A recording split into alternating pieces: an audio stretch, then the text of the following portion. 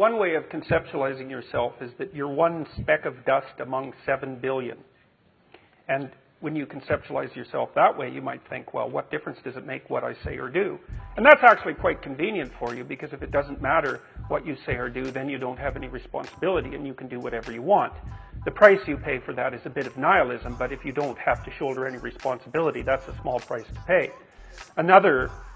That's the underground motivation for nihilism. But the other way of looking at it, and this is actually the accurate way of looking at it, is that you're in a network. You're a node in a network. And so you can do a little bit of arithmetic very rapidly and just figure out how powerful you are.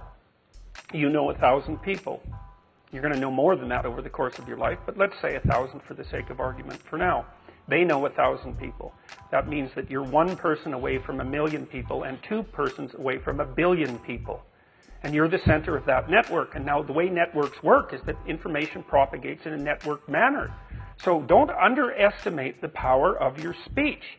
Now, Western culture is phallogocentric. Let's say it. Okay, so we'll say, yeah, that's just fine. That's exactly what it is. It's predicated on the idea of the logos, that the logos is the sacred element of Western culture. And what does that mean? It means that your capacity for speech is divine. It's the thing that generates order from chaos and then sometimes turns pathological order into chaos when it has to. Don't underestimate the power of truth. There's nothing more powerful. Now, in order to speak what you might regard as the truth, you have to let go of the outcome. You have to think, all right, I'm going to say what I think, stupid as I am, biased as I am, ignorant as I am. I'm going to state what I think as clearly as I can, and I'm going to live with the consequences no matter what they are.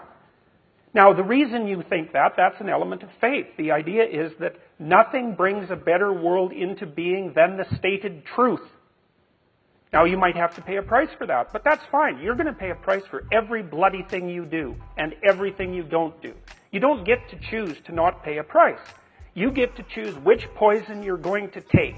That's it.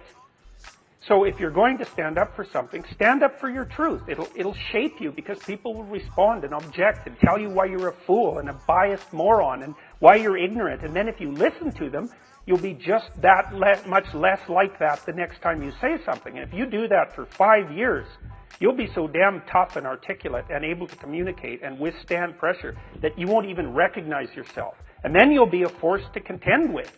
And you don't get to wait until, because I get letters like Gad Saad gets all the time too, from faculty members in particular, and they say, well, when I get tenure, it's like, then they think, well, when I'm an associate professor, and then they think, well, when I'm a full professor, it's like, if you're a professor already, you're like the most protected person in the history of the planet, and you need, well, okay, but one of the things that indicates is that it's almost impossible to provide people with enough protection so that they feel safe to speak. Okay, so we'll address that directly. It is not safe to speak, and it never will be. But the thing you got to keep in mind is that it's even less safe not to speak.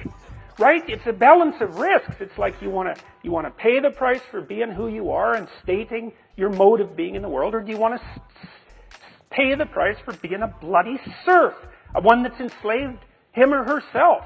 Well, that's a major price, man. That thing unfolds over decades, and you'll just be a miserable worm at the end of about 20 years of that, right? No self-respect, no power, no ability to voice your opinions, nothing left but resentment because everyone's against you, because of course you've never stood up for yourself.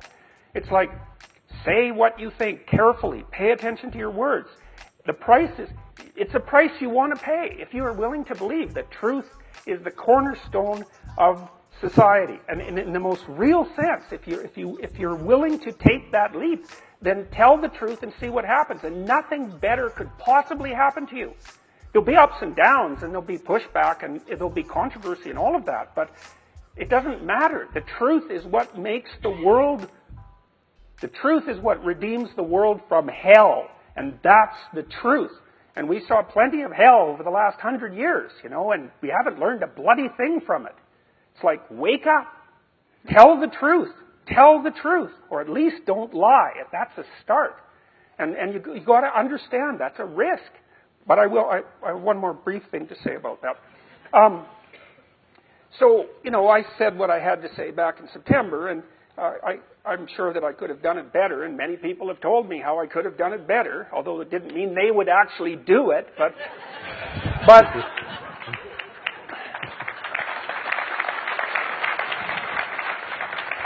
and you know, my job was at risk, serious risk, for about 2 months, and it destabilized my family, who've been very brave about this, so like, thumbs up to them, man. They just stood by me. But here's the optimistic news, is the university has left me alone completely. I shook hands with the dean 2 weeks ago. We're on friendly terms. They don't want this to go any farther than it has already. The students were tremendously welcoming when I came back to teach in January. I haven't had a single negative incident at the university. And I've received thousands of letters from people all over the world, all of which have been in support. I've received 2 negative letters. That's it. 2.